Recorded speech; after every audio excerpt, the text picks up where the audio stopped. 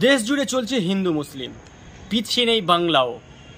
সুপ্রিয় দর্শক, আমি মোহাম্মদ জামাল শেখ, আপনারা দেখছেন PNW।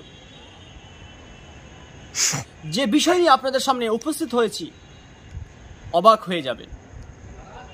আমাদের বিরোধী দলনেতা অর্থাৎ শুভেন্দু অধিকারী যে তাদের ধর্মের লোক নিয়ে যেভাবে তাস খেলছেন, শুধু হিন্দু হিন্দু হিন্দু হিন্দু হিন্দু।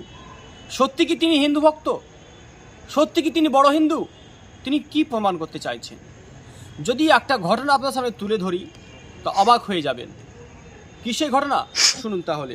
পূর্ব বর্ধমান জেলার কাটুয়া 1 নম্বর ব্লকের গিধগ্রাম,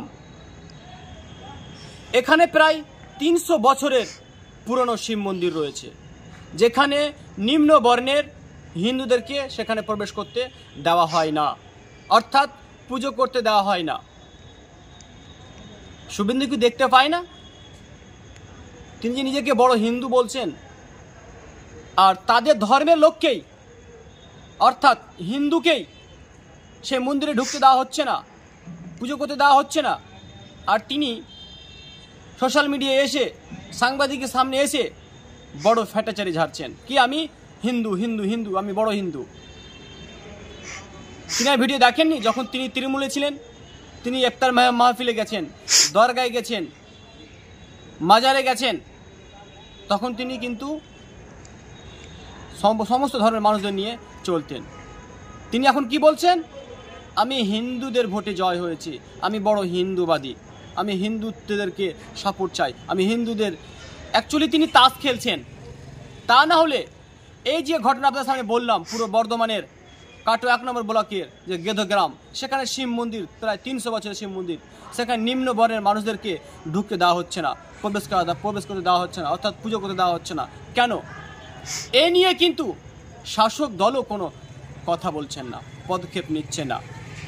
তাহলে আমি হিন্দু ভাইদের বলবো, দেখুন, বুঝতে পারছেন শুভেন্দু অধিকারী যে বলছে হিন্দু হিন্দু, কই তাদের পাশে তিনি দাঁড়ান না? নিম্নমানের বলে, নিম্ন বর্ণের বলে, কেন সে মানুষ নয়? তারা কি মানুষ নয়? সে কি পুজো করতে পারে না?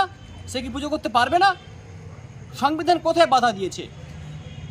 ধর্মগ্রন্থ কোথায় বাধা দিয়েছে কি নিম্ন বর্ণের মানুষরা তারা পুজো করতে পারবে না?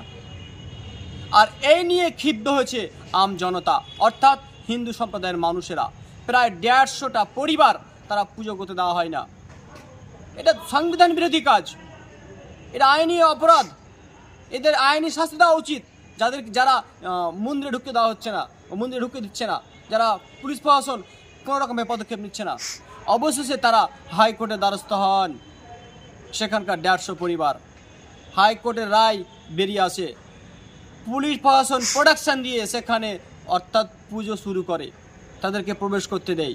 বুঝতে পারছেন? সেই যে হিন্দুত্ববাদী শুভেন্দু অধিকারী বলছে আমি বড় হিন্দু।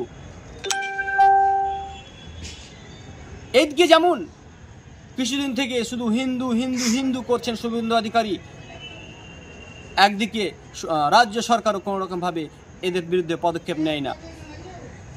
সাম্প্রদায়িকতার যে বীজ গোটা রাজ্যে ছড়াবার চেষ্টা করছে, আইনি পদক্ষেপ নিচ্ছে রাজ্য সরকার? নেয় না। কেন? তাহলে কি তিনিই করাচ্ছেন এগুলো? প্রশ্ন থেকেই যাচ্ছে। তা নাহলে একাধিকবার মিডিয়ার সামনে এসে তিনি হিন্দুত্ববাদী, হিন্দু হিন্দু হিন্দু করছেন। তিনি বাংলাদেশকে গিয়ে বাংলাদেশের হিন্দুদের কি হচ্ছে না হচ্ছে সেটা খবর তিনি আন্দোলনে নামবেন। আর নিজের বাংলার হিন্দুরাদেরকে প্রবেশ করতে দেওয়া হয় না মন্দিরে, সেদিকে ধ্যান নেই তার। কাকে শিখাচ্ছেন এগুলো? কাকে বোঝাচ্ছেন এগুলো? আমাদের বাংলার হিন্দুরা সজাগ, আমাদের বাংলার হিন্দুরা জানে কিভাবে আমাদেরকে থাকতে হবে। তারা জানে এখানে সম্প্রীতির বার্তা বহন করে, এখানে হিন্দু মুসলিম সবাই ঐক্যতার সাথে বসবাস করে। আর এইভাবে উস্কানিমূলক কথা বলে, এইভাবে উগ্রত্ববাদী দেখিয়ে কোনো লাভ নেই। তারা কোনো রকমভাবে এগুলো করে কিছুই হবে না। আমরা জানি এটা হচ্ছে বাংলা, রবীন্দ্রনাথ ঠাকুরের বাংলা, কাজী নজরুল ইসলামের বাংলা। সেই বাংলায় অশান্তি করার চেষ্টা করলে কেউ ছেড়ে কথা বলবে না। সেই হিন্দু সম্প্রদায়ের মানুষ হোক বা মুসলিম সম্প্রদায়ের মানুষ হোক বা যে ধর্মের মানুষ হোক না কেন। আর কোনো ধর্মগ্রন্থে লেখা নেই কি নিম্ন বর্ণের মানুষ এরা এরা এরা ছোট জাত, এরা বড় জাত। কোনো রকমভাবে কোনো সংবিধানে লেখা নেই, কোনো ধর্মগ্রন্থে লেখা নেই। আর আপনি এইভাবে তাস খেলছেন হিন্দুদের নিয়ে। আপনার এই তাস সবাই বুঝে গেছে, জেনে গেছে। আপনার একাধিক ভিডিও রয়েছে যে ভিডিওতে আপনি বলছেন হিন্দু হিন্দু হিন্দু, হিন্দু এক হও, হিন্দু এক হও। এটাই এক হচ্ছে, যেখানে শিব মন্দিরে ঢুকতে দেওয়া হচ্ছে না, প্রায় 300 বছরের মন্দির। দর্শক, আপনারা ভাববেন আমি যে বিষয়গুলো বললাম সেই বিষয়গুলো কি সত্যি সত্যি বললাম না মিথ্যা বললাম। আপনারা গুগলে গিয়ে সার্চ করবেন যদি মিথ্যা বলি। দর্শক, ভিডিওটা বড় করছি না, ভিডিও কোন পার্টটা ভালো হয়েছে অবশ্যই কমেন্ট করে জানাবেন, এবং আমার ইউটিউব চ্যানেলটি অবশ্যই সাবস্ক্রাইব করবেন এবং আমার পাশে থাকবেন। ধন্যবাদ।